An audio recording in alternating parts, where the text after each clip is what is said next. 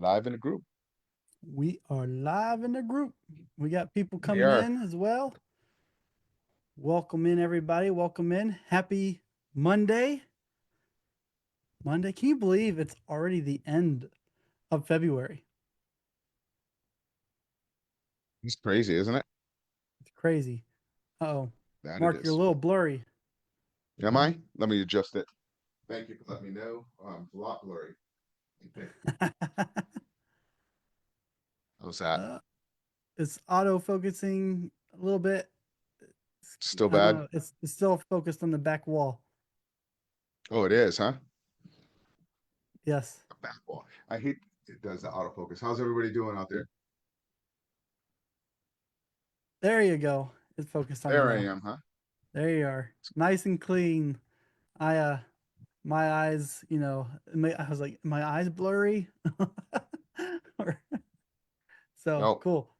Welcome in, everybody. Let us know where you're tuning in from. I'm here in Cincinnati. Mark, where are you at?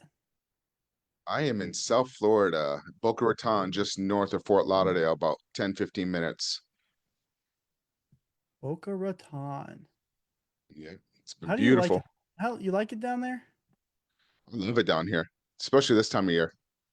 Then where you don't want to be is August and September here. That's when you Hot. don't want to be here. Yeah, August and Hot. September. I July, we still have a breeze because I live real close to the ocean, so I get the breeze. Orlando, you probably want to leave much sooner, but we still get the breeze. But August and then September is the worst in Florida because you already know it's cooling off up north, and it's just still hot here down in South Florida at least. There's other parts of Florida it's starting to break, but then you have the hurricanes lined up like airplanes out there. I saw you were originally from Rutland. I am. I Yeah, I am. used to hang out there by Lake Bomoseen back in the day. Yeah. Wow. That good old yeah, Lake Bomazine. Yeah, it's a good time. How long ago did you go back up? How long were you up there? That was a while ago, back when my buddy's parents have a house there up on the lake. So I used to go out there in the winter sometimes. It was good times. We used to drive our cars on that lake and just Yeah, do wow. a lot of fun. That's when Where it's do you live fun. now? West Hartford, Connecticut. Okay. Yeah, that's where I fly in. I fly into Hartford quite a bit, Bradley. or I take Cape Air into Rutland. All right. I try not to. We don't go up there much anymore. From 2009 to 2017, I spent my summers in Marion, Mattapoisett, just before the Cape, Wareham area, Oh, okay. down in. So, but the last couple of summers I spent in Cape Town in South Africa. Oh, So wow. it's just yeah, and then before that Portugal, and then before that Italy. So those are the months I travel quite a bit. That's when I get out of here. So pleasure meeting you. Yeah, you too. Thank you. Cape Joining the meeting Town. from the hospital. Just had back surgery. Oh man, I was going to I was kind ask. of yeah. Are you okay? Yeah, I'm fine. I mean, when one thing settles, another thing happens. Now just experiencing excruciating pains from something else. So who knows? Trying to get it under Sorry to, control. sorry to hear that. Man, oh So man. sorry to hear that. Yeah, it's all right. Well, at Life. least you can sit here and you can sit here and do some educate yourself in some real estate. Exactly. Yeah. Yep. Awesome. Well, if you guys are over on Facebook, I dropped a link in the comments. So if you want to hop in here on Zoom, feel free. Also, if you're over on Wonder if I Facebook, can let us send know my where you're. friend the link. Yeah, go ahead and send your friend the link. Yep. If you're over on Facebook, let us know where you're tuning in from as well, because we got people from all across the country. We got people in. I'm here in Cincinnati. I see we got west of Chicago. We have let's see, where else we got here. So let's see here. We got Vermont, we got Indianapolis, we got Houston. Where else we got? Drop your locations. We got Kansas over on Facebook. Let us know where you're at, and if you want, hop in here. We see people hopping in constantly. Keep on coming. We got another Dallas. Awesome. Welcome in everybody. Dallas Fort Worth over on Facebook. Awesome. Fresno, California. Perfect. Man, there's a lot. We got everybody across the country. I know we got people I probably from like I'd love or to do know, Craig. I'd love to know, Craig, where in Vermont are you from? I'm just curious. But yeah, oh, Brattleboro. Okay. Down south there. We're on the borderline of Mass and stuff. So they got hit pretty hard with a storm a few years ago. But welcome, Craig. I still do quite a business in Vermont, believe it or not. Awesome. We got Minneapolis as well. Man, welcome in everybody. This is a time for you to learn the secrets of how to become a millionaire with seller financing. Mark has done some seller financing back in the day, and well, he's done a lot of seller financing, like thousands of transactions. How many have you done, you think? How many millions of dollars worth? Well, in the thousands of deals, approximately about $500 million of real estate transactions. It's going to be. I've been at it a long time. It's going to be 95. I started in May of 95, so we are coming on to 30 years. Isn't that crazy? Time goes by real quick. 30 years. Yeah, that's some Yeah, I was 25 when I started. 25. Well, now you're showing your age. Now you're just I letting us know, know. I know. It is what it is, but I feel good. I feel great actually, Just can't complain about it. I just like to go to bed a little earlier instead of at 4 o'clock in the morning like I used to. See, that's where I'm at. I'm on the 4 o'clock in the morning train. So I'm getting that's up at what that time now. No, not uh, quite, but I get up at 6:30, 6:30, 5:30, depending on the day. If I go to the gym, 5. Yeah, so I don't get much sleep. But we still cool. have a If you lot of get people coming in. We we still got got quite still a few people coming. Yeah, we got people coming in. Keep coming in. If you're over on Facebook, feel free to hop over on Zoom. If you wanted to stay on Facebook, you can drop your questions on Facebook as well. But my first question for everybody before we get into it with Mark, have you done a seller financing deal yet? Drop yes or no in the chat. In the comments, over on Facebook, here in the chat, yes or no. It's okay if you haven't. That's what you're here to learn. There is no wrong answer. There isn't a wrong answer. There isn't a right answer either. So, so yeah, awesome. All right, we got lots of people in here on Facebook dropping or on Instagram or where am I at? We're on Zoom right here, not Instagram, not Facebook. All right, Randy, yes. Ralph, no. Cole, no. Or Chris, no. Corey, no. But he does buy and hold rentals. No. We got lots of no's in here. Well, what's the whole no? No with a frowny face. Well, what's holding you guys back? That's my next question is what's holding you back? Because there's got to be something. Like Mark's done all of these deals, and lack of education. Okay, lack of education. Afraid. All right. We got James over here on Facebook working on it now. Need help with structure. Dan says no, he hasn't got one yet. So there is. I mean, those are all valid reasons. But Mark, people can get through that, right? People, oh, there's a good one for you. You see that one? Cash for That's down payments. why I love it. Cash for down payments. That's how I started out. Actually, I did my first deal in Vermont, actually, believe it or not, when I was 19. I talked about that story, but it was a mobile home, and I got into that deal with zero down. The strategy, what I love doing is I love to use my end buyer's capital to buy the deal. So that's how I strategy. So it's all about negotiating. That's why I love seller financing strategies, is because it's all about negotiating with the seller compared to banks. They have certain guidelines that they have to follow to be able to put down, but it's all negotiating. And the key to it really is understanding the seller's needs and how to be creative enough to solve the problem. So that's where it comes down to where a lot of investors, and I've talked about this a few times, but a lot of investors, they just go into it and just start throwing numbers around. But the reality of it is when you're doing the seller financing strategies, you have to think of it like a marriage. You have to think of it as a marriage. You're in a long-term commitment with these people, 3, 5, 7, 10, 30, 15 years, whatever it may be. So the first time you're starting to talk to the seller, get to know each other. 80% of my conversation when I first started talking to seller is just getting to know each other. I want to get to know them. I want to know what kind of dog they have, the children, animals. I want to know everything about them, and I want them to know about me as well, because they're going to do business because they like me and they know me and they trust me. And that's all about building a relationship. And be sincere and be yourself. That's the key, because people can see through it. And if you don't know what you're doing and you don't feel confident, just practice, practice, practice, practice. And I always tell people, jump on like Zillow or Facebook Marketplace and call for sale by owner leads, and call an area where you don't do business in. So if you screw up, who cares? You're practicing. That's the beauty of it. I see some people come into this game and they start throwing all kinds of money at leads and generating leads, and they don't know how to have that conversation with sellers yet.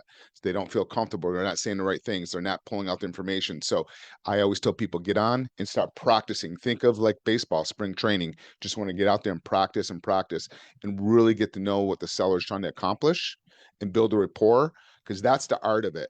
Because everything else, once you understand it, the different structures and strategies, if it's a subject to agreement for deed, land contract, installment sale, sandwich lease option, novation, whatever the strategy is, it's once you've done a couple of them, it's just repetition over and over, and you have a good knowledge of it. But that art of it is really getting to know the seller and how to solve their problems.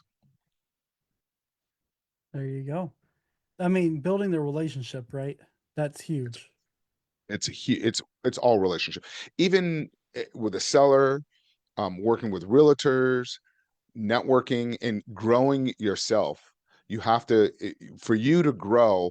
And if you don't feel confident and you're not around like-minded individuals and you're around people that don't lift you, get go to networking events, start socializing and start talking to people that have the same mindset as you. Jump into these groups. Our large group, we're at almost 160,000 members. Get in there and start networking and talking to people.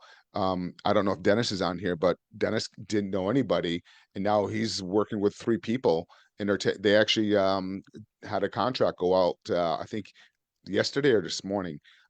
So it's all about just networking and kind of help each other and you grow. Awesome. Yeah, for sure. So let's talk about some of the issues that people are having here, right? Lack of education. What is some like hopping on these calls are great and everything, right? How can they just learn more about different avenues of seller financing? How can you learn more? Well, there's so many different strategies in seller financing. The big buzz right now is subject to. That's the big one out there. And I'm very cautious on that because it's such an advanced strategy. You need to have some capital reserves for that particular strategy. But you can do it, but you need to make sure you know what you're doing, because if your buyer stops making payments, you as the investor that structured the deal, you're the one that typically should be stepping up to the plate and make those payments on that. But there's other alternative strategies. You have sandwich lease options. So just start educating yourself on the different strategies. Jump into the groups like the seller financing homes group. Start reading people, just seeing how everybody's talking, and just start doing research and learning more about the different type of seller financing strategies. I like to start out with. I love sandwich lease options. That was one of my first strategies that I used to do, because it's very little capital. I I like that one because I used to get in with only $100 down on that particular strategy. I do a lot of my deals with only $100 down now, and I do a long due diligence period, and I like to use my end buyer's capital. Or if it's a bigger deal like multifamily, then you can bring capital partners in. So that's pretty easy. So if you have a great deal, it's easy to find the capital. That's one of the big things. So Now, what do you mean by the end buyer's money or the end buyer's capital? sure. So what I normally like to do is I like to buy through seller financing and sell through seller financing and create the arbitrage. That's what I like to do. So I like to negotiate the lowest down payment and the best payment as possible with the seller in it, whatever it costs to get into it. And then I like to go out and find my buyer and have my buyer put more down than what my seller's requiring. That's kind of the strategy I like doing, and use that buyer's capital and just use that and just in a sense you're using that buyer's capital to take the deal down. Yes, you may need a little bit of money to be able to close on it, and but that's easy to do. You can use transactional funding, but and then the other thing is you want to make sure you're getting enough down payment from your buyer to also have money in reserves. I usually like to look for 3 or 4 months, but I also like to make capital on the front end on the deal. Typically, I did a deal. Let me just give you a quick example. I had a seller that needed, she was 2 months behind in a mortgage and she needed $10,000 to move. And I was taking it over subject to on that particular one. So I was, and then closing costs, I was into it for roughly about $16,000 on that particular deal. Okay. I went and found my end buyer, and I sold it on a lease option. I bought it in a subject to, sold it in a lease option. My mortgage payment was roughly about 2,100, and the market rent to my end buyer was 2,800. So the market rent was 2,700, bumped it up. So I was cash flowing about $700 a month on it. But my buyer put $25,000 down. So at 25,000, I had to give the sell. I was into it for 16,000, so I made that spread roughly about $8,000 or $9,000 spread on that front end on that. Does it make Okay. sense? Yeah. And some of these guys are out there doing assignments, and that's what they're making on assignments. So you can make the same amount of money as you do on assignment, but also cash flow on that. You get the passive income coming in. And then at the back end, when they pay you off, you have that huge spread in the back end, because typically what I do is whatever the current market value is, and it's the as is. It's not the ARV people. It's the as is, because a lot of people who come from the wholesale world, they're using the ARV. It's the as is value. So whatever the as is value, I usually will mark it up roughly about 10-12%, depending on how long I'm holding it. So you have that premium that you're getting because you're waiting for that capital from your Okay. buyer. Okay. Yeah, yeah, yeah. So you're saying that, well, actually, hold on. Can you go ahead, like, what's an assignment versus a seller financing deal? So an assignment is when you're taking your contract and you lock it up and you sell it off. That's an assignment. You're selling that contract for $5,000, $10,000. They try to get Like a 15, wholesale. 20. Yeah, it's exactly what it is. Assignment is wholesaling. Yep. In some states, it's becoming illegal because people are locking up sellers' deals and they don't know what they're doing, and then they cancel the contract, putting the seller in a bad situation because they're anticipating that capital, they're closing and they're moving, and it puts them in a bad situation. So more and more states are starting to like make wholesale slash assignment fees illegal because they're putting a lot of times the sellers in harm's way for that particular reason. So as us as the investors, I like to stay right in the middle. I structure that deal, stay in that middle, and create, and then find my end buyer and create that arbitrage. That's really what it comes down to. I'm using the seller's assets, the property, to be able to leverage. Now, you can, again, if it's a sweet deal and you want to start holding and building your portfolio up, you can do that. So what I like to do is, when I first start, you do deals like that, you take some capital, and then you put some and you build your capital reserves up. So you want to be able to hold more deals yourself. So, but the beauty of that particular strategy is you don't have to worry about leaky toilets. I love nice homes and nice areas because I like to sell it to families that have young children and they don't want to move. They want to stay in that area. So that's how I like doing that. So you're creating paper. Okay. Okay. Sure. Now, this is from Shy. How are the deals usually structured? Do you make a down payment and come up with the interest loan with a balloon payment? Then once you build equity in it, do you refinance it? So typically, you can do all those, quite frankly. What she's saying, you have many options there. But typically, what I do is I have a deal analysis sheet. We put all the numbers in to get into the deal on the front end entry, and then we look at. Then we have a tab that we look at all the different exit strategies. Are we going to buy it subject to? Are we going to buy it straight seller financing? And then what's our exit? Are we going to be a landlord? Are we going to sell it in a lease option? Or are we going to sell it seller financing? So it depends on a lot of factors. One of the big factors that I look at is what is the current monthly market rent in that area, because you don't want to be way out of whack for that particular area, because then you're going to have a problem trying to find a buyer. We just underwrote one in Orlando the other day, and the market rent was going to be $700. The market rent is $700 less than the PITI. So that particular deal didn't make sense on that one. So you got to be a little creative, and sometimes you can also pay the seller equity. Like, say if the seller's got equity in a property, you can create a note and pay the seller monthly payments off the equity so they can get the money out that way. I like doing that and try to negotiate. Usually, I like to sell on a lease option, and when the market was really hot, when everything was booming, I would usually do a 3 to 4 year term. Right now, it's a little bit cooler, I'm doing roughly about a 5-year term on a lease option, typically 4 to 5 years. But then I structure it with my buyer, so I'm at like 7 years. So if anything ever happens and my buyer doesn't buy it, I usually give myself a grace period of 6 months to a window, maybe sell it retail. And I've done that before where I had somebody that couldn't buy it. Um, where actually I sold it to a buyer, a property for 379,000. They couldn't buy it. And I went and looked at the appraisal, and the appraisal, looking at the comps, was $465,000. And so the option fee money technically is non-refundable, but because there's such a huge spread, I gave them the money back. But I did discount some wear and tear in the property, but not much, a few $1,000s. But if I'm not going to be greedy, because they put quite a bit of money, they put over $20,000 down, but I was making more than $100,000 on that back end on top of it. I was making over $200,000, but from what I sold them, it was an extra $100,000 spread. So I'll be more than happy to give them their $20,000 back on that. Oh, for sure. Okay, we have Ralph has a question. What, like, going back to the wholesale when you get one under contract, what do you need to do to back out of a deal after a contract is signed? Typically, I like to give myself a long, what we call inspection or due diligence period. That's what I usually like to do.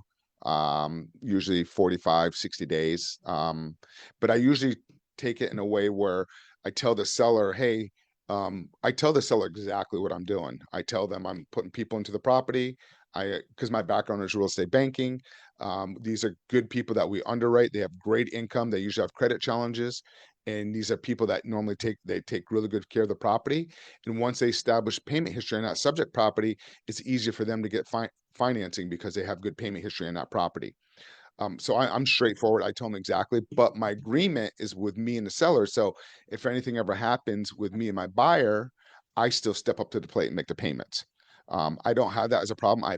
You'll have a couple little things here and there, but I'm really strict on who I underwrite and put into the property. And then it's a, it, I underwrite and make sure they have a good down payment. That's one of the other things, and I make sure they have good income. And I usually will run them also, depending on the exit strategy, through a licensed RMLO, because I want to make sure that they're going to do what it takes to be able to get the financing in 3, 4, 5 years, whatever it may be. There was a second part to that question. What was the other question? There's another part to that question. It was just what you need to do after a deal is signed. How do you back out of it? Yeah. So, and I usually tell them, why you do a long due diligence period, because at least this way you have a buyer, you can take your time, we don't rush it, and we usually will do about 45, 60 days. Now if I get into it and I feel you're going to know within a week or two based off the phone calls when we start marketing our property if it's a hot property or not. um and if you don't start getting a lot of activity like within the first week or two, then I immediately tell the seller, hey, I might have an issue here. So where are you at in your situation? Because I want to know what they're planning on doing to make sure they don't put a deposit down on a rental or something like that, wherever they're moving. So I want to be upfront with them, because some people will do that. They'll go ahead and put a deposit down on another place and they can't get their money back because they're anticipating the money coming from this. So you got to be careful of that. But I'm pretty good at, like, I have a buy box. First of all, I want the population minimum 20,000, because if you get a property out in a rural area, you can easily get it, but it's so difficult to try to find a buyer for that property. Then I also like to do whatever the median price range is for that area. I like to do 20% above and 20% below. So let's just say $250,000. If the median price range is 250, my max is 300 and my lowest is 200. Now I will look at something below 200, but I want to make sure it's not in a war zone. It could be a property I just need some, TLC or something like that. So that's my buy box. And I don't like older homes, but I will look at them.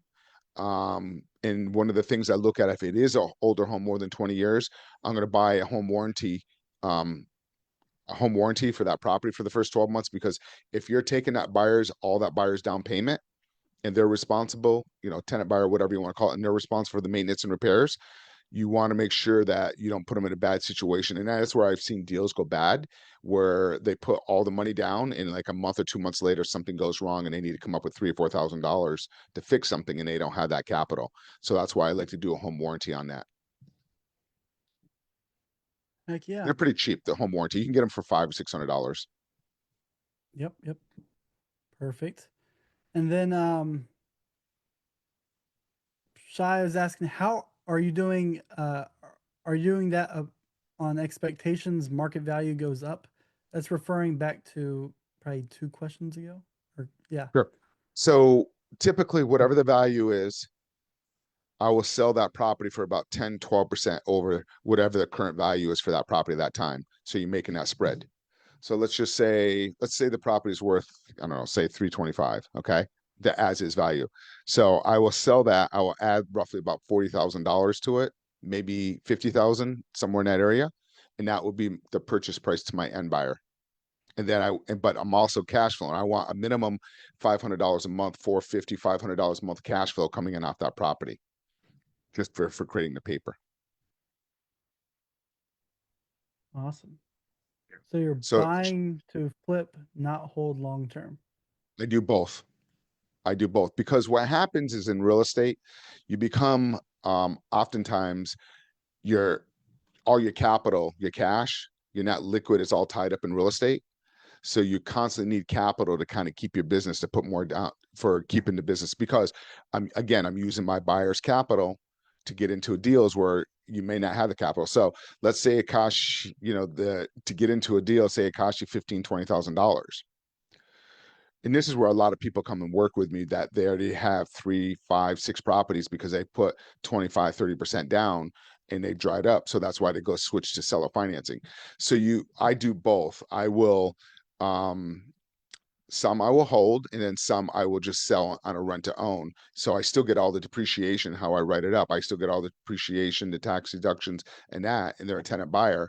And I want them, so I'm making that spread in between. So that's kind of what my model is. But then you will make money on the front end if you do it the right way. You should be making roughly about $10,000 on the front end, somewhere between 7,500 to like $15,000 is the average that you make on the front end. You can start putting some of that capital away to be able to start holding. But also some of the larger deals, you can end up bringing capital partners in. But I purchased 13 units with zero down before, and it cost me $4,500 for closing. And a couple of days later, we closed August 3rd. A couple of days later, we collect a little bit more than $10,000 of rent payments. Create a note. You can sell the note. I don't like to sell my notes. I like that passive income for myself. I get people always offering me notes because they're going to want a discount, but that is a strategy. You can go ahead and create that note, but you do have some seasoning issues. It depends, but Randy is correct. That is a strategy, and a lot of people do that. You create a note, and then you can turn around and sell it. Some people are doing a first note and a second note. So they sell the first off, like say they do a 70-30 or 70-20-20. There's different ways. So the investor holds that second and they sell that note off and then use that capital to redeploy back into it again. Awesome. Now, quick question for everybody. Have you invested in properties before? If so, how many properties have you flipped? How many properties have you held? Go ahead and drop that in the comments or in the chat section. We have some questions that people are asking. So while those are being dropped, Corey, are you able to unmute yourself to ask and talk? Because you typed a lot there. Yeah, So sure. there you go. It'd be easier to have a conversation that way. Yeah, that's a long one. How you doing, Corey? I'm doing good, man.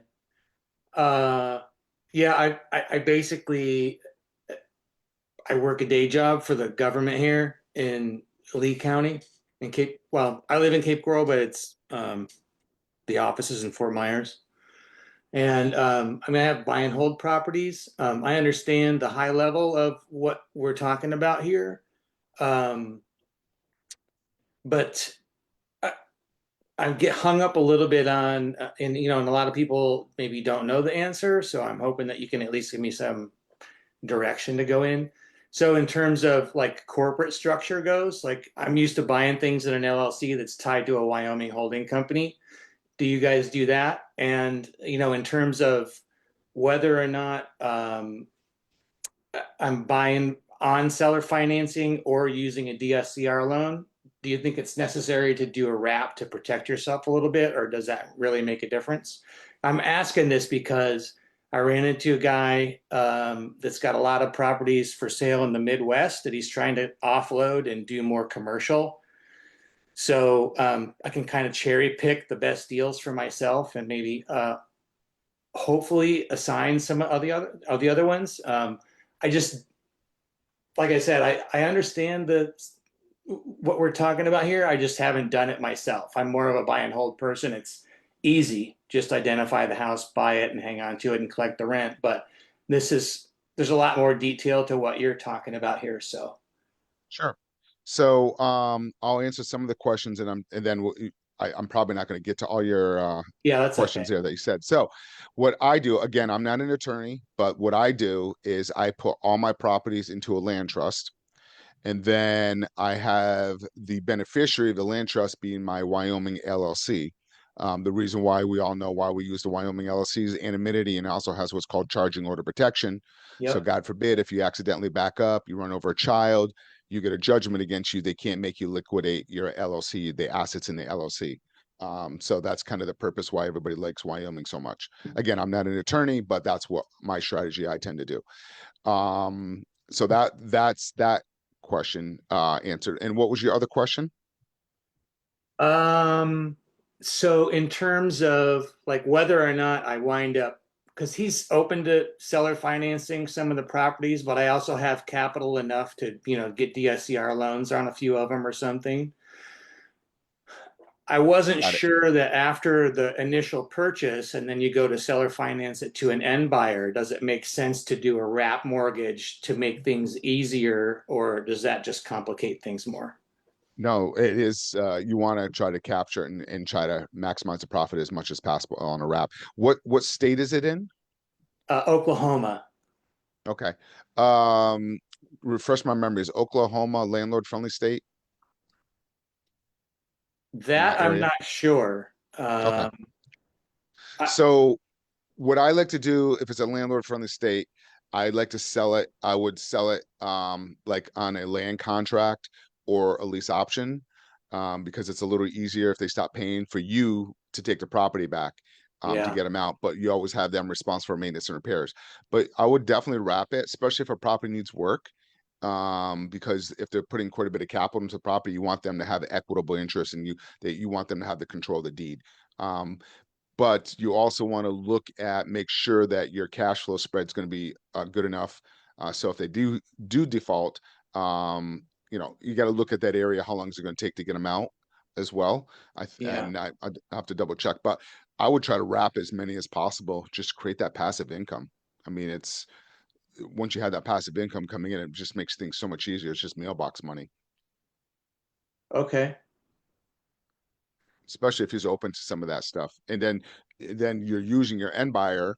If you negotiate low enough down with the seller, you use your end buyer's capital to be able to get into to take some of these properties for you. Yeah. Make sense? Yeah. Cool. Thank you. Any other questions on that? I probably will have some. I'm trying to process what you're saying. Like I said, I mean, I'm familiar at a high level on all this stuff, but because I just haven't been through the process, some of it's a little muddy, you I get know? it. Yep. So Especially if you're yeah. Does he have loans on these properties, or are they all free and clear? he sent me a big list. There's like 53 properties on them. So some of them do have loans because he way off to the right of the Excel spreadsheet, he's got like what the monthly payment is. Other ones, they don't have that. So I'm assuming he already owns those. So So just make sure you inspect the properties. Typically, when you see packages like this, they're trying to slide in one or two, couple properties in there that you normally just be cautious of. There's usually a couple duds in there that you could take a beating on. So just be very careful of that, if that makes sense. yeah, I was planning on flying up there one of these weekends. I'm just trying to figure out what the easiest time for me to do it would be. I do have some relatives up there. Um, they can tell me kind of what the area is, but they're not really real estate minded people.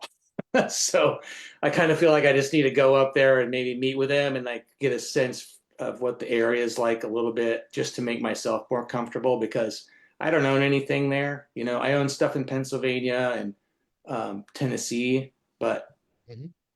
nothing in Oklahoma. So It's I know that area's got the 1% rule where the rents are really will be able to cover it. So, but yeah, I like the Midwest. yeah, cool. Actually, I like it a little bit. I like it better than Florida market currently right now. Yeah, absolutely. I'm just wondering too. So, like, I mean, I'm not an attorney either, but I worked for them for a while.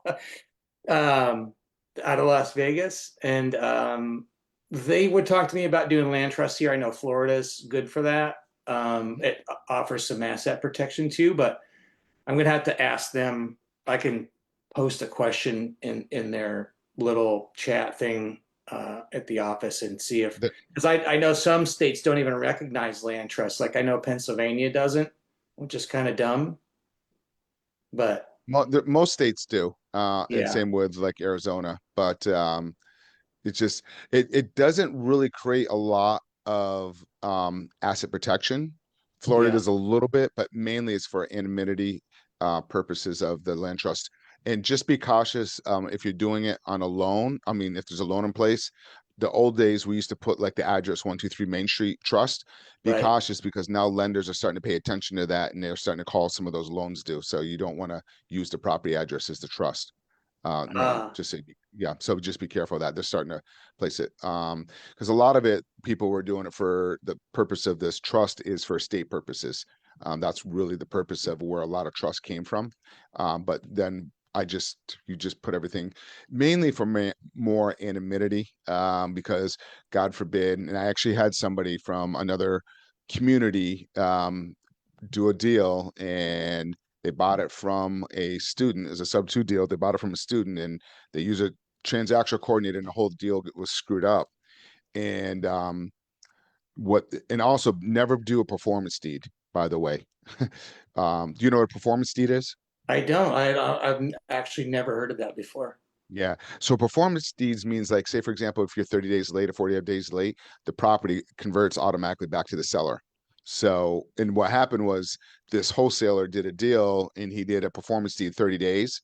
And when they set it up, they didn't realize that loan servicing companies, and you always want to use a loan servicing company. Most loan servicing companies holds the payment for 2 weeks before they disperse it. They want to make sure that payment clears. Well, what happened in this case is the buyer made his first payment on the 5th. Then the next one he made it like on the 9th. And then the third payment he made on the 18th.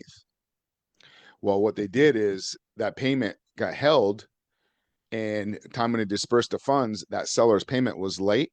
And she would turn around and was trying to sue them now for $130,000. She wanted the property back because they had a performance deed. So they screwed up a lot of ways. So whenever you're using a loan service company, I always make sure, even though let's say I'm buying in a subject to whatever, my payment's due on the first, my payment automatically on the 25th is automatically sent by the first, even though I didn't receive my payment from my buyer yet, to make sure that I don't run that. That's one of the, so they messed up on that. They did that. And then they also, he had 7 properties in one LLC, and the seller's attorney looked it up and saw that he was an easy target, and they were Yeah. going to go after all his other real estate. So so it was a good learning experience. So don't do a performance deed because that converts it. Just have it go through the regular process. If you stop paying, they can foreclose. But I'm sure you'll pay on time. But things do come up. I had a deal. I closed on this deal. I don't know, it was like 15 years ago, 12, 15 years ago. And I was paying 7 years on the payment on this property, like Mhm. clockwork is automatically sent. But this was timed before they had the online portal set up. So now what I do is on an online portal, whenever it's a mortgage, I set it up where there's a Gmail, goes to the seller, it goes to me, and it'll go to my buyer, it goes to my bookkeeper too. So what happened was this seller did not have a portal, and the statements or notices, the seller, I don't know what happened, but we would always send the payments. Well, the lender sold the loan off and we kept sending the payments. Well, the first payment they forward, the second and third payment, the old lender held those payments. And then after 90 days, they return the checks back. But by that time, nobody knew what was going on. So technically, the seller was 3 months down. And if there was a performance deed after paying on that property for 7 years, I would have been screwed and lost that property. So you want to be careful. Now, what we did is we did work with the we worked with him. We reached out to the credit companies because we had evidence that our payments went out on the 25th of every month, even though they didn't cash it. So we had to get all this information from our bank showing that the payments went there. So anyways, that's sorry to get off track on that. So Oh, that's all right. I mean, it's all helpful. I had never heard of it before, so that you know, that's all great. right. Well, good luck with those. Yeah, thanks. I'll have to let you know what happens. Absolutely. Awesome. We got Mario over here. How do you go about structuring the home insurance policy for the end buyer on a subject to wrap? Since the insurance is in escrow and is supposed to be under the original mortgage holder's name, technically. You need it in both names. You need it how I do mine. I do mine always in the seller's name, and I do it in a trust name, and then I also do it in the buyer's name, because you want to make sure that everybody's names are involved in it. Or you can make your trust name another, like as a lender, so you make sure that's paid as well. But I had this oops, I had this investor one time. Um, I had this investor one time. What did he do? Oh, they had a fire, and the insurance company check went to the seller, and the seller, it was like 70 something $1,000, and the seller took the check and never forwarded on to the buyer, and the buyer got screwed. So you want to have this way, everybody signs for it. Again, check with an attorney, because I'm not an attorney, but that's how I do mine. Okay. And then this is from Shy again. Don't you need to own the property outright to have the LLC? Otherwise, it's owned by the bank. Now, the bank, there's always loans on properties.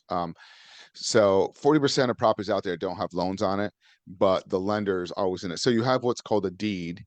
So that is who owns a property. It's like your car loan. Okay. Say you go get a car, right? And you take financing out. Say you get financing with a bank, credit union, whatever. You own the car, but they have a lien on it and they have first position. So if you stop paying, they have that asset to be able to take back. Does that kind of make sense to her question? Him. Did she understand that? It's him. He's the one in the hospital. Oh, yeah. So yeah, you can put property of ownership, because you also are responsible for your insurance, you're responsible for your taxes, if there's HOA. Also, you're responsible for taking care of the property, make sure it's up to par. Otherwise, the municipality could fine you for code enforcement, like if grass is overgrowing and the house is ready to fall down for safety reasons. So you're responsible for it, even though the lender. So just like your car, you have to keep making payments. They don't care if your battery's dead and your car's not starting. So it's kind of the same concept. Okay. And now Laura we are focusing on buy and selling notes right now. And I'm trying to learn how to seller finance. Can you help with that process? So focusing on buying and selling. Yeah. Well, I go to a lot of note conferences and speak, because they love buying. They want to buy seller financing notes. So people that originate these notes can sell them off into the secondary market. They're even buying like wraps and subject to notes, but they want to be in first position. So what they're doing is they're paying off the underlying lien and taking first position. So I that's what I love doing. I like originating the notes, and then I don't usually sell mine, but I have the capability of selling them, but I just like the passive income. But notes is another whole game of buying and selling notes. So how financing, how can I help that process? Um, how can you help that process? I would, start reaching out to people that are originating deals and tell them that you're looking to buy notes. Um, when you see like in the big group here, the seller financing homes, like, hey, I buy notes. Anybody out there? And just start talking to them and showing them like, hey, even if there's a loan in place or anything like that, and the seller needs capital and the property's not moving, there's another way of structuring it. And if you're buying the notes, you're probably familiar with like the 60-70% where you want your first position, and then they could do a second position, and that seller can get that passive income from that, or the investor. So there's a couple different ways of structuring that. Okay. Hopefully Okay. that answered your question. And if you have any more questions, feel free to ask and hop on here. She said thank you. Perfect. Awesome. It's Let's fun. see. Good group tonight. Yes. I Now, like Mark, I like deep questions. I love deep questions. It's fun. now, Mark, I have a question. How can people learn from you? Can you go into detail on how they can help, how you can help them start their seller financing journey, or even Sure. um, learn how to scale it to a better level that they're at? Sure. I think I saw a couple people in here that are in the mentorship program. So we do have a mentorship program that I work with people. So on Tuesday nights from 6:30 to 8, that's where I run the weekly coaching call. That's open any type of question that you guys have, um, deals. That's where typically a lot of times they're bringing deals in, underwriting deals. But we talk about bring a deal in. If you don't have it in a contract, don't bring the address. And then we have you fill out much as possible, and we analyze your deal and we underwrite the deal as a group. So we go through that process. Then I always want to know, why is the seller selling and what they plan on doing the capital, because if you can understand those two things, then that's how you build a structure. And then we look at an exit strategy, we look at the risk, we talk about how to present it to a seller. We talk about how to talk to realtors. Sometimes we've done a jump around the phone and we do a live call with a seller and present an offer to the seller as well. We talk about just like setting up the LLC structures. Even though I'm not an attorney, I tell people how I do mine. There's other people in the community that talk about what they've done as well. We talk about raising capital. There's so many, whatever questions that you may have, that's kind of what we talk about. Then on Wednesday, that's a whole deal analysis class from 7:30, 8:30. That's where deals are underwriting. You learn how to underwrite the deals, go through the whole process. That's where you really learn. So I always tell people, get on the phone, start learning how to talk to sellers. When you have a lead, bring it in and we analyze it, and you learn actually hands-on on your actual deal. That's the best way of going about it. You learn on actual hands-on talking to sellers. You're learning that process, because in the seller financing space, there's so many moving parts and so many different strategies. It's hard to learn all these different strategies without going through the process. You're going to learn actually hands-on.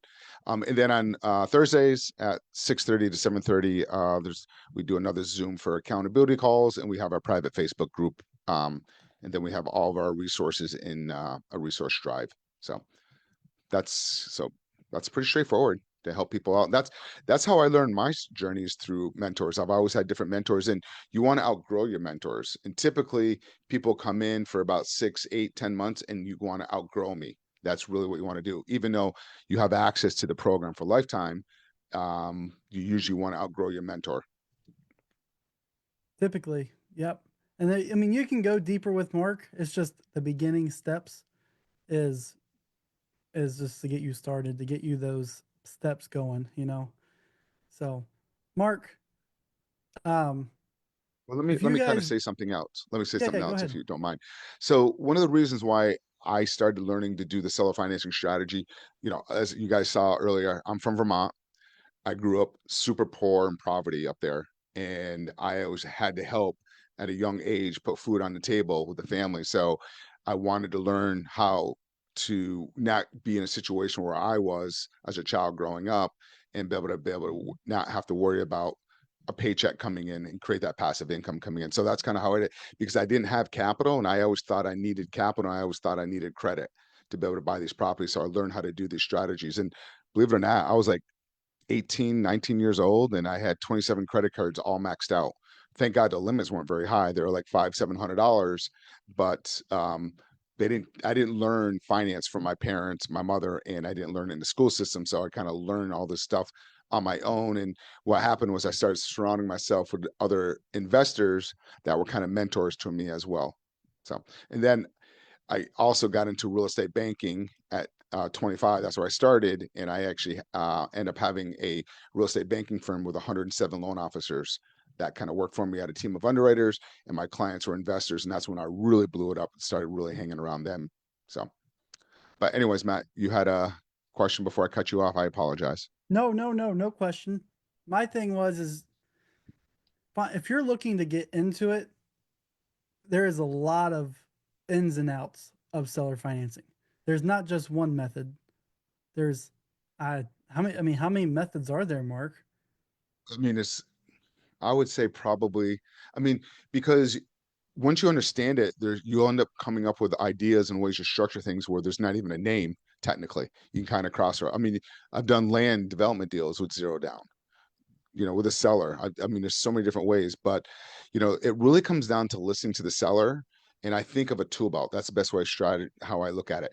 Depending on the seller's need, that would determine, am I going to do a subject to? Am I going to do a land contract agreement for deed? Nobody. So it all depends on the seller. Like, for example, if a seller is not financial distress, there's no way I'm going to pitch them a subject to. They're going to look at me, hey, Mr. Seller, transfer the deed over to me, but keep the mortgage. They're going to look at me like I'm crazy. So then I use a different type of strategy and I won't even bother pitching it. I mean, I've had, like I was talking about earlier, I had McLean that came in my program. He had no real estate experience. In under 45 days, he went head to head with an experienced investor trying to pitch a subject to deal to them.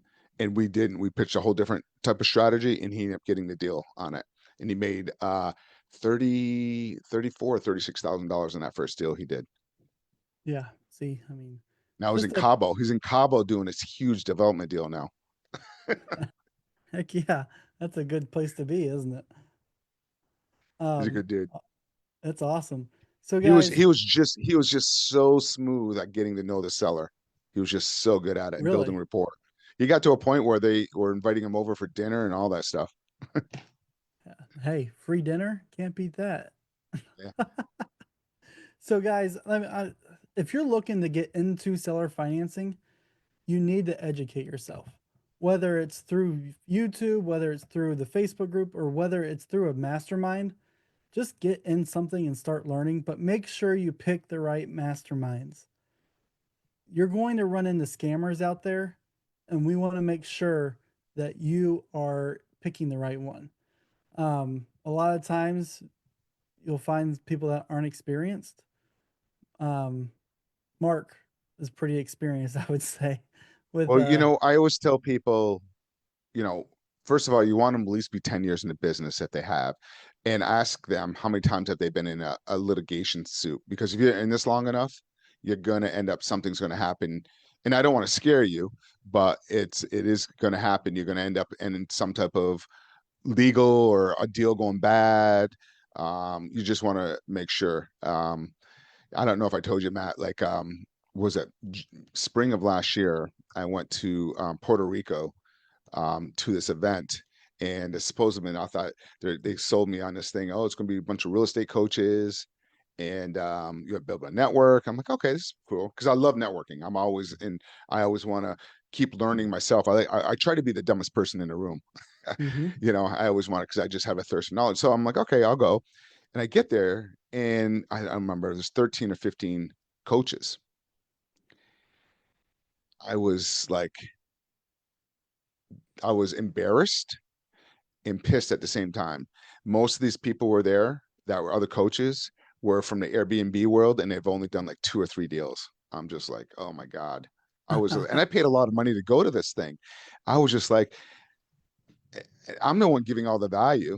Now they did have some good speakers, so I got to say the money was worth that part of it, the speakers that they had, but to network with the other coaches, hopefully they're not listening because they're all good people, but I They don't didn't know. have the experience. Well, they're up there talking like they felt like they're fraudsters, because they haven't done. And I'm just like, and the person that's running it was like, oh, don't worry about it.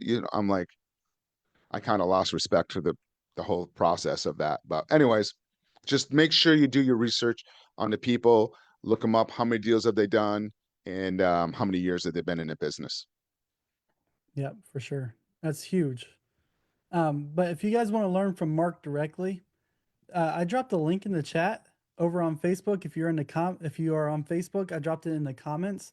That is for you to schedule a call with us to see if this program is right for you. It's not right for everybody. I'll be honest. Not everybody's ready for it. But or maybe some people are past it and they're ready for more in-depth trainings.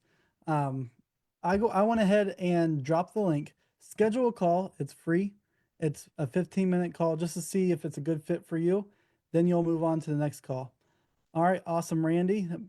No problem. No We had problem. we had a couple people that just came in the last few minutes. Anybody that just coming into this now, um, if you have any questions, this has been recorded as well. But if you have any questions, bring any questions, throw them at us because I see a few people that just came in the last few minutes, so they may have some questions because we're going to be finishing up here in about another 5 minutes or so. Yeah. If you have questions, feel free to drop them. We're here to help you and make some money. Help you make some money. We got to help you become millionaires. Randy, I'm looking forward to chatting. I mean, it's pretty easy. How do I find the recording? So in the you had a question. You want to say something, Matt? Go ahead. No, you're good. I was just going to say in Okay. the seller financing group. Yeah.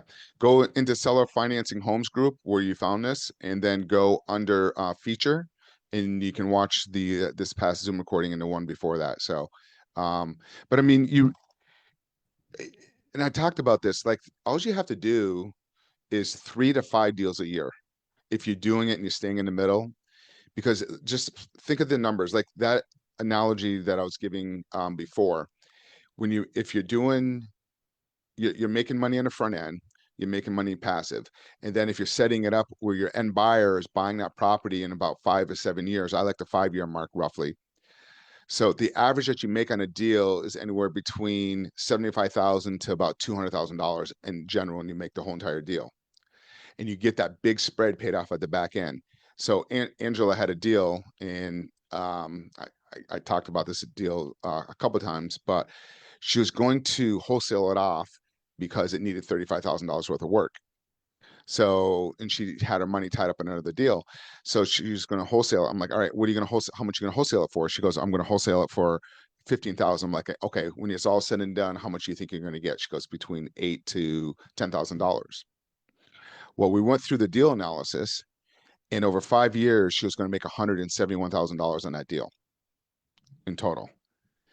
And she still was getting $12,000 to $15,000 on the front end from her buyer on that property. But think about it, on her back end, I don't remember exactly, but the average on you're getting paid on the back end is roughly about $100,000. So if you have 3 to 5 deals you're doing a year, and in 5 years you have all that stuff coming due, you're making $300,000 to $500,000 a year with those other loans being paid off. But a lot of times you might be able to buy those properties back or take them back because that happens. You're in these properties, you sold them, and something happens, and you can have it where you have first right of refusal for whatever reason that property. If they decide to sell it, you can buy that property at a discount or whatever. So you know that property really well. So there's a lot of different ways of doing it, but technically all you need to do is do 3 to 5 deals a year, and you're making $300,000 to $500,000 a year in that pipeline, and you still have all the other deals that you did in your passive income. So compared to wholesaling, you know how many deals a year you have to do? Roughly about, what is it, 10, 15, maybe $20,000 in assignment fee. 100%. Awesome. Any other questions? Going once? Going twice? Just nope. Okay, awesome. Somebody had a question there. Corey had one. Oh, Or is Corey, he there just it is. Sorry, I missed it. Yep. Just for clarification, because I didn't type fast enough. If I buy using a DSCR loan, is it necessary to do an additional wrap mortgage in order to seller finance it to an end buyer?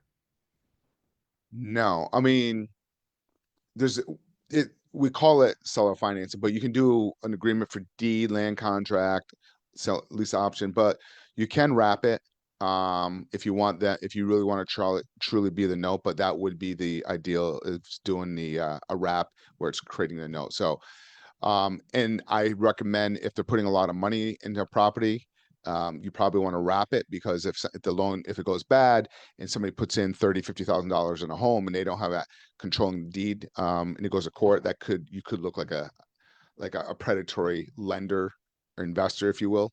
So it's a case by case on that one. So But I do wraps all the time. I did a wrap not too long ago. It needed a new roof, about $35,000. And typically I would have sold that one on an agreement for deed of lease option. But because he was putting so much money down in that property, I wrapped it to him so he has control of the deed. Cool. And then Ralph is asking, is it a good idea to wrap a DSCR?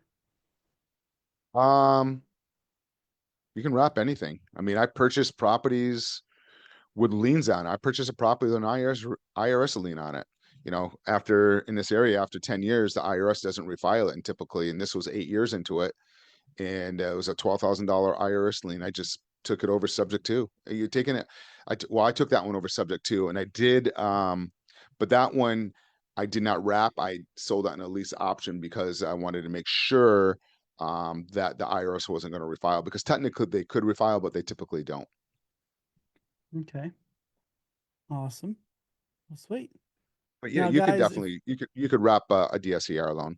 Just I would recommend there's several different ways of going about that. You could wrap it. You could do a LLC and sell the LLC off to your buyer, and then create a second mortgage and wrap it that way. There's so many different options you have with that. yeah, Cool. cool. Awesome. So, guys, if you guys want to schedule a call to see if Mark's program is a perfect fit, go ahead and schedule a call. I dropped it in the chat there, sellerfinancingstrategies.com/call. It's just a quick 15-minute call. It's a great time to figure out if even seller financing is right for you. Some people might not be able to handle that. Here's another question. Do you need good credit? No, you have that's the beauty of seller financing. You don't need a down payment. You don't need you and you don't need good credit. But typically, if you have a little bit of a capital down, you do have some negotiating. But that's why you use your end buyer's capital. But no, on a residential, I have not had my credit pulled since 2015, and it was this property here that I bought on a lease option deal. I went on a contract in 2010, closed out in 2015. The market was kind of shaky. I ended up having $57,000 of equity when I closed on this particular deal. And I didn't really want to close on it because my payments were so low. But the seller came down with stage 4, and that's the only reason why I moved forward with it. But and then I had to, at that time, I went through a regular traditional financing on that one. But again, if you have a good payment history on a property, it makes it so much easier no matter what your credit score is, as long as you establish good payment history. Usually they want to look at 24 months on that property. But credit, I never had my credit pulled. I've done, God, I don't know how many deals since I've in 2015, probably easily well over 1,000 deals, if not more, that I haven't had my credit pulled. It's all about, like, again, it's about relationship. And if they feel comfortable with you and you guys built that rapport, and that they're going to do business with you because they like you. So again, you got to treat it like a marriage. When you're first talking to the sellers, treat it like your spouse the first time you guys went on a date. Get to know each other, have them get to know you, and you get to know them, and be yourself. Don't be phony on it, because they'll see through it. All right? Awesome. Oh, another question? Got time for it? Yep. Absolutely. Do- Do you use seller financing to buy? 100%. Why not? Especially if they have a loan that's already in place and they're at a 3% interest rate. I want to take that loan over. And the beauty of it also is, I love this and people don't realize it. Let's say even if it's at a 5 or 6% interest rate, right? If they paid on that loan for at least 10 years, that principal is going to be coming down so quickly, because if you guys ever look at an amortization schedule, majority of it in the first 5 or 10 years is going to interest. So the longer that loan is, the faster that balance is going to come down even quicker. So that's another thing of keep in mind and think about. That's Cool. huge right there. It is. I mean, that's a huge difference. So, all right. Nope, there's All one right, more guys. question. Do you have them Go take ahead. a note for a down payment? I've done that before. Well, I don't like to, but I have, because I want them to have skin in the game. Um, I've done that before, where I at least got about 60, 70% down, and the remainder, I created a note on that. So I've done that. I've even done, I don't do a lot, but I've done I had this one deal where I didn't, the monthly cash flow wasn't going to work well. I don't remember exactly, but I didn't want the deal. So I was going to assign the deal, And to make the deal work, my fee was going to have to come down to 5,000. I wanted 15,000. But this was a while ago. For me to make the deal, I was going to have to drop my fee to $5,000. I'm like, you know what? I'm not going to do this. This is what I'm going to do. Instead of doing 15,000, my assignment fee is going to be 30,000, and we're going to finance that at 9% over 5 years. I ended up making over $40,000 on that deal because I took the monthly payments instead. I gave them 6 months of no payments because it was like a fix and flip type of thing. So, all right. Awesome. Cool. Well, thanks, guys. Thanks, everybody, for joining over on Facebook. Thank you for joining. Again, if you need to schedule a call, just click on the link, schedule a call, and we'll have Reese or Tommy hop on a call with you. All right, everybody. Be well. Take care. See you guys. Bye.